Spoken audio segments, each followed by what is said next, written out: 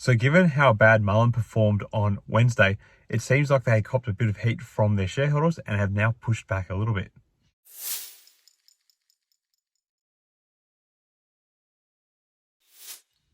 Hi again, everyone. I hope you're all doing really well. So it's the wee hours for Thursday's trade over in America. We're in the early hours there of the pre-market, and Mullen Automotive has just released a letter to shareholders. Obviously, following the 30% sell-off yesterday, they've received a bit of pushback from shareholders, and I think that's what is behind this letter. So I'll just take you through the letter and give you my thoughts on it. So this is what it says.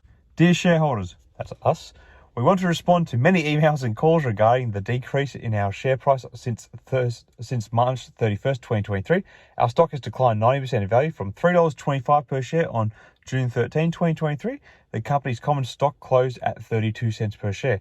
The company currently trades at a discount to its cash position of $135 million or $0.38 per share. It wasn't very well written, that bit there. I think it's meant to say 38 cents per share.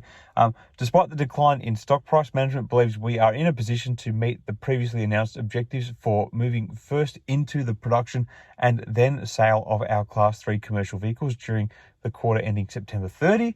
As per the company's last reported financial position on the 31st of March 2023, we had $86.7 million of cash available to operations and 68 cents per share value of cash.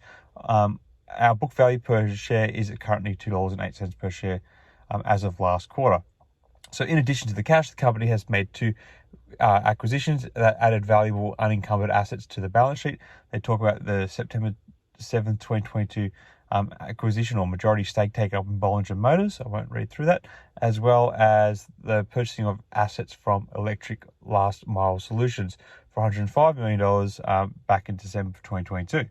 And then it goes on to say, in addition to these acquisitions, assets listed above, Mullen's Tunica, Mississippi assembly facility has over 120,000 square feet of manufacturing space on 100 acres of land. The Tunica facility is in the final stages of equipment installation for the launch of Mullen's Commercial's Class 3 production in the quarter ending September 30, 2023. To date, the company has filed over 200 US and international patent applications with 90 patents granted to date related to vehicle design, technology, safety and convenience features in support of the Mullen 5 consumer vehicle program. The company has received $279 million in purchase orders from Marion Automotive Group for the Class 1 and Class 3 EV vans and trucks.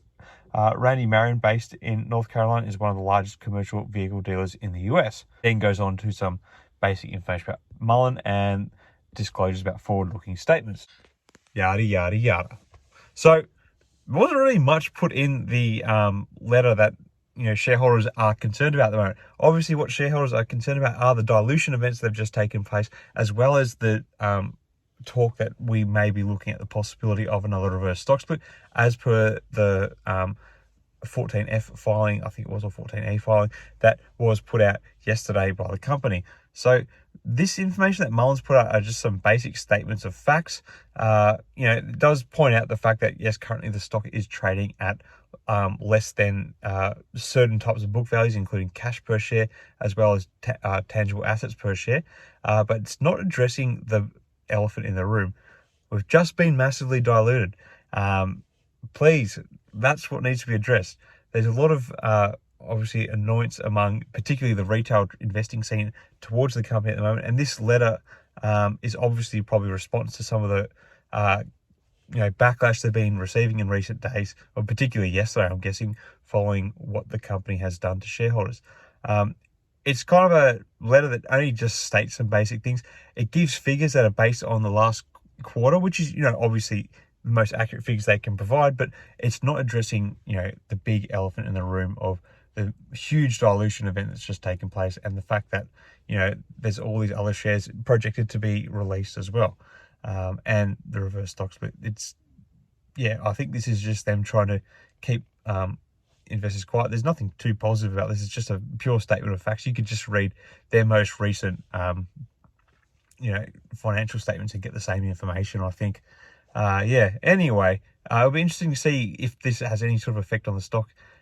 Following yesterday's 30% sell, I wouldn't be surprised if we actually see a little bit of a sort of dead cat bounce sort of scenario today, where we claw back a couple of cents, which would be, given how small the stock price is right now, would actually, percentage-wise be a reasonable gain, but we're still going to be, in the red, I'm guessing, for the week, even after whatever comes of today. Yeah, look, still a lot of annoyance out there among shareholders. I don't think this letter really does much to abate the feelings that many of us are feeling. Yeah, anyway, share your thoughts or vent about Mullen in the comments below. Love hearing what people have to say. Maybe we'll get a bit of that dead cat bounce action. Who knows? But otherwise, may the markets trade in your favour. Cheers.